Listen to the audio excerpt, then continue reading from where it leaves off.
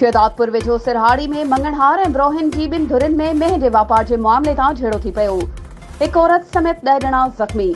ख़बर मूजिब शहदादपुर जे सिरहाड़ी शहर जे ward number 5 में मंगणहार बिरादरी ऐं ब्रोही बिरादरी जी ॿिनि धुरियुनि में मेंह जे वापार जे मामले तां झेड़ो थी पियो।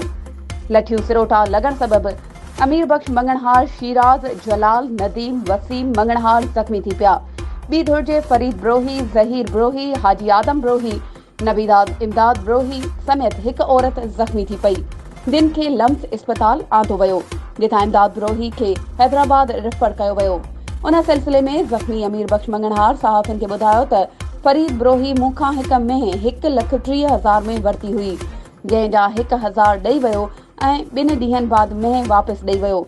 उन तां झेड़ो थियो आहे। उन ॿी धुर जे ज़ख़्मी फरीद ब्रोही सहाफ़ियुनि खे ॿुधायो त मंगणहारनि असांजे ॻोठ ते हुला करे असांजे नौजवाननि समेत हिकु औरत खे ज़ख़्मी कयो अथनि। असां हुननि मंगणहारनि खां हिकु बंदूक खसे सिरहाड़ी पुलिस हवाले कयो आहे। ॿिए तरफ़ सिरहाड़ी पुलिस पहुची जांच शुरू करे ॾिनी आहे।